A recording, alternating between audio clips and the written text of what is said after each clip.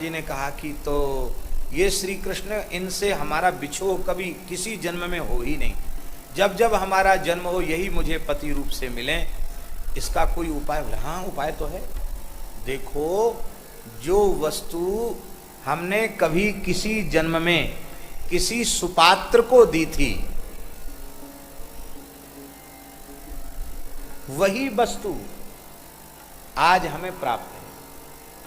तो जब यह सिद्धांत है तो इससे ये बात प्रमाणित हो गई कि जो हमने किसी सुपात्र को दिया था वही हमें मिला है, तो जो हम देंगे वही हमको आगे भी मिलेगा, स्वाभाविक।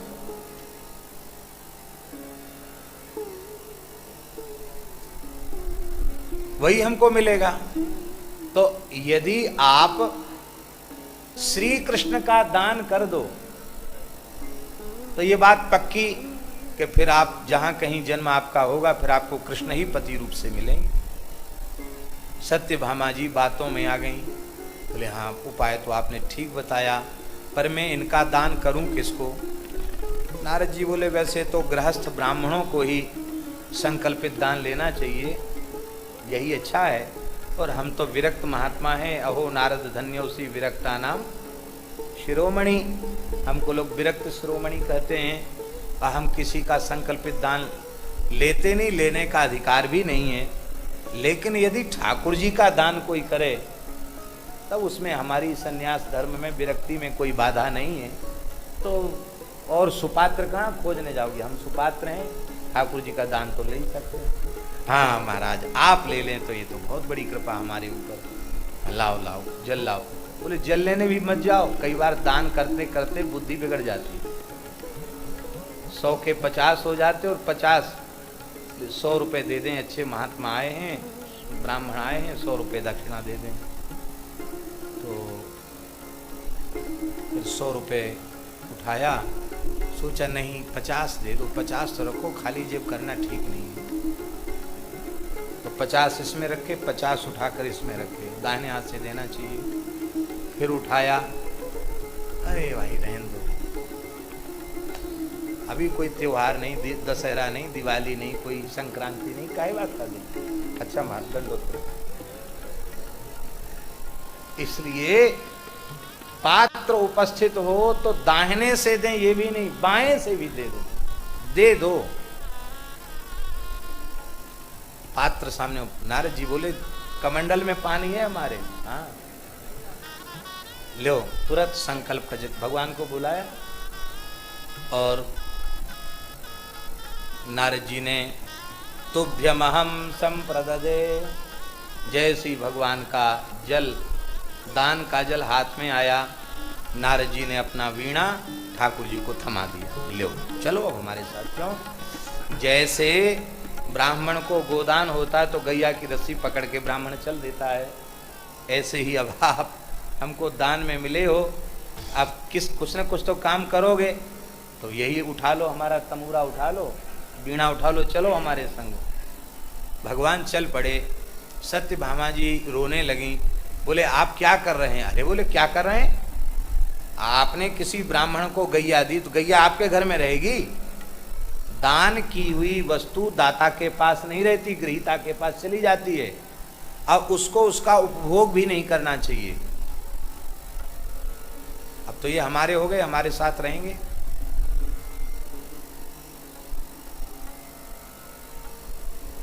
बोले आप तो कहते थे कभी वियोग नहीं होगा, ऐ तो वियोग अभी हो रहा है। तो बोले धैर्य रखो, मिलेंगे ना, अगले जन्म में मिलेंगे। अभी आगे का निश्चय हो गया, अभी तो आपने दान कर ही दिया।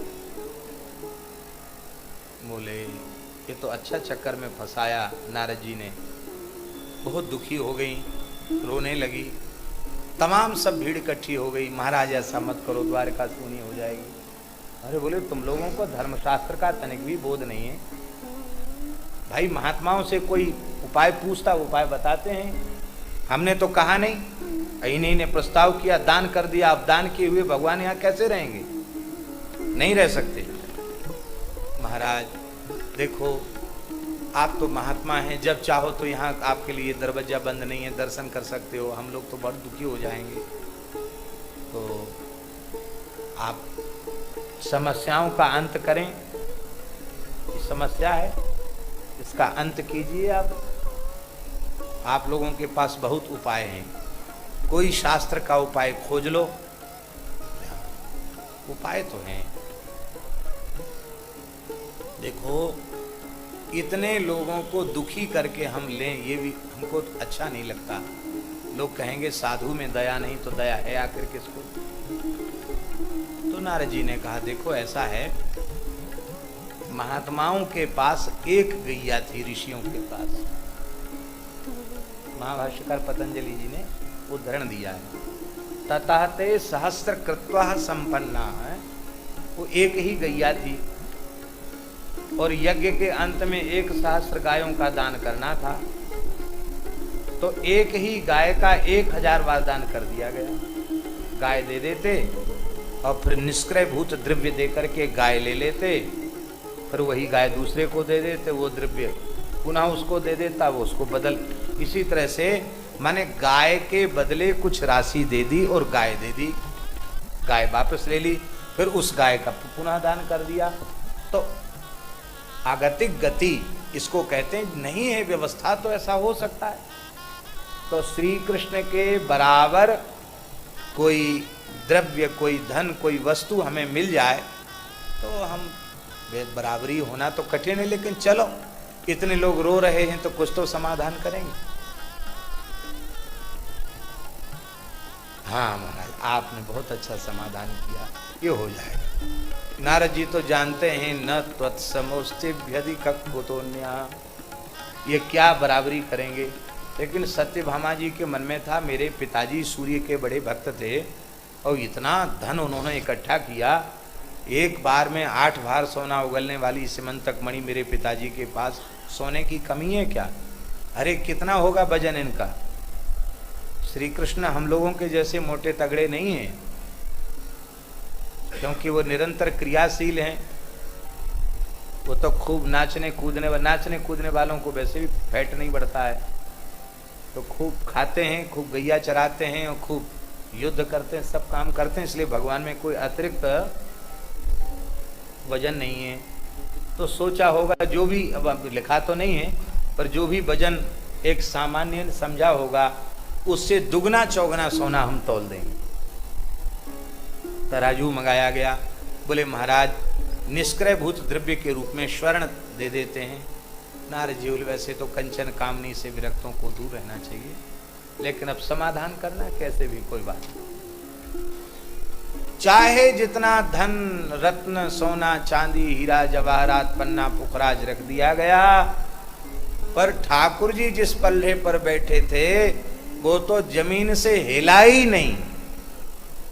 तराजू बदलते चले गए, बड़े से बड़ा तराजू रख दिया, टनों स्वर्ण रख दिया गया, लेकिन ठाकुर जी टस से मस नहीं। जितनी ताकत थी सब लगा दी, सबने मिलके लगा दी, कुछ नहीं। सत्यभामा जी उदास होकर बोली, इतना ही ले लीजिए। बोले वाह, ये कोई बात है, इतना ही ले लीजिए। अरे थोड़ा बहुत कांटा इधर उधर हो तब तो संतोष भी किया जाए। एक तो अपना धर्म हमने छोड़ा, संकल्पित दान लिया, लेना नहीं चाहिए था, ले लिया और आफत में पड़ गए। तो आप कहते इतना ही ले लो। अरे थोड़ा कांटा इधर उधर हो तो बात बने। अब बिल्कुल भी एक तोला एक रत्ती भर भी बराबरी नहीं है तो कैसे ले लें? फिर तो संकल्प बराबरी का धन कहाँ हुआ ये? सत्यभामा जी बोली, इनकी बराबरी जड़ संपत्ति कैसे कर सकती है? बोले आपने पहले क्यों नहीं सोचा? बोले नहीं सोचा, भूल गई। निराश मत हो, उपाय करो। क्या करें? बोले तुम लोग अपने दान पुण्य जप तप का जितना फल है ना, वो सब फल संकल्प करके डालो। शायद हो सकता है ये जप तप तपस्या दान व्रत आदि जो साधन है, इनसे जनित जो पुण्य है वो पुण्य भले ही बराबरी कर ले।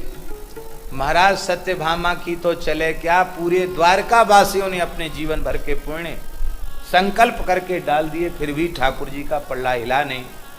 क्यों नहीं हिला? क्योंकि वस्तुतः कर्म जो है ना महाराज जी, वो उत्पन्न होकर नष्ट हो जाने वाला है, क्षयिष्णु है। तो विनाशी कर्म का फल, कर्म विनाशी है, फल भी विनाशी है, और उससे जो कुछ प्राप्त होगा वो अविनाशी नहीं होगा, वो भी विनाशी ही होगा। कर्म का दोष सबसे बड़ा यही है, कर्म क्षयिष्णु है, विनाशी है, और विनाशी कर्म के फल के रूप में जो मिलेगा वो भी विनाशी ही होगा। तो वो विनाशी फल अविनाशी की बराबरी पर कैसे पहुंचेगा? बोली महाराज आप ऐसे ही संतोष कर लीजिए, इनको यहीं रहने दीजिए। बोले भाई तो बहुत गलत है।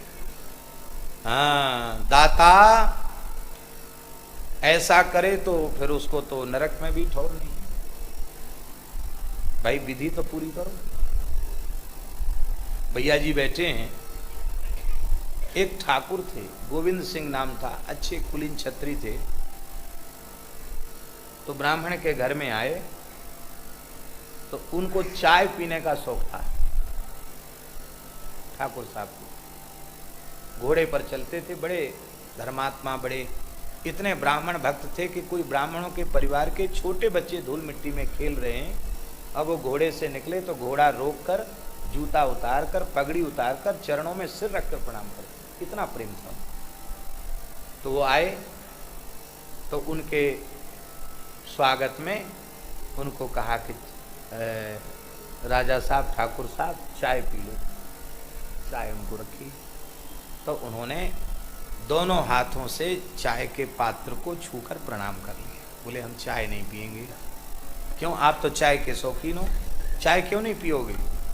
बोले इसलिए नहीं पिएंगे कि इस परिवार में हमने, हमारे पूर्वजों ने गोदान किया है, तो उस वंश की गाय यहाँ होंगी, हमारी भी गैया होंगी, हमारे पिताजी दादाजी ने दी वो गैया भी होंगी, और उसी गैया का दूध इस चाय में पड़ा होगा।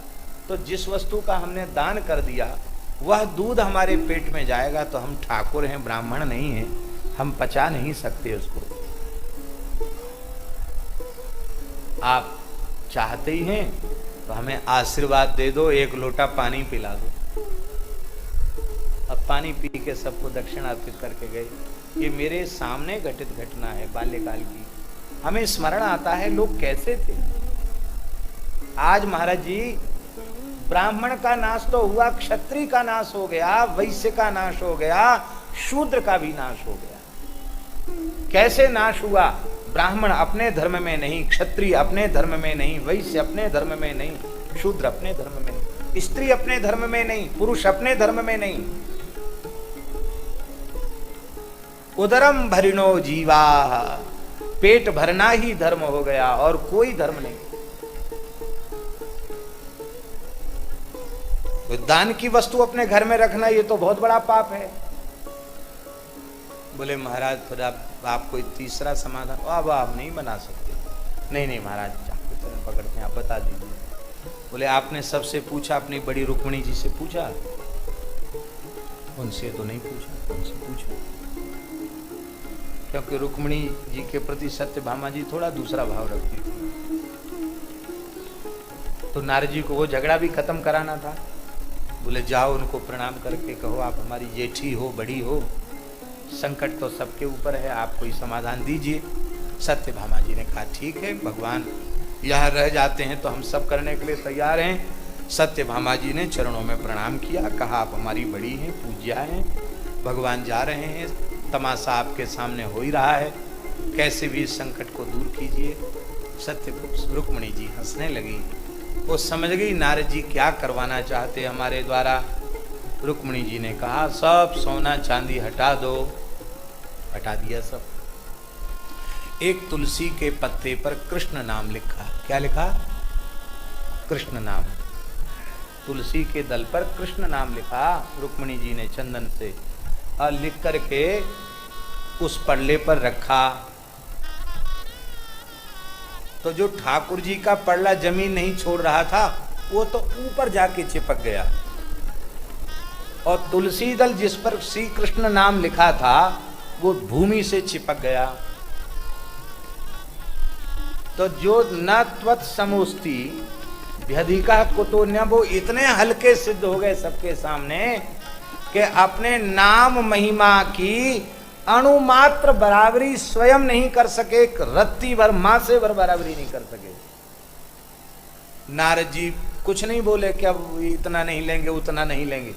नारद जी बोले इतने हल्के को लेकर हम करेंगे क्या, अपने पास रखो इनको। हाँ, इतने हल्के हैं, हमको तो पता नहीं था, हम तो सोचते थे बड़े वजनदार हैं, लेकिन कुछ नहीं, इतने हल्के को हम नहीं रखते हैं। तब क्या रखोगे? तुरंत तुलसी दल उठाया और अपनी जिह्वा पर रखा।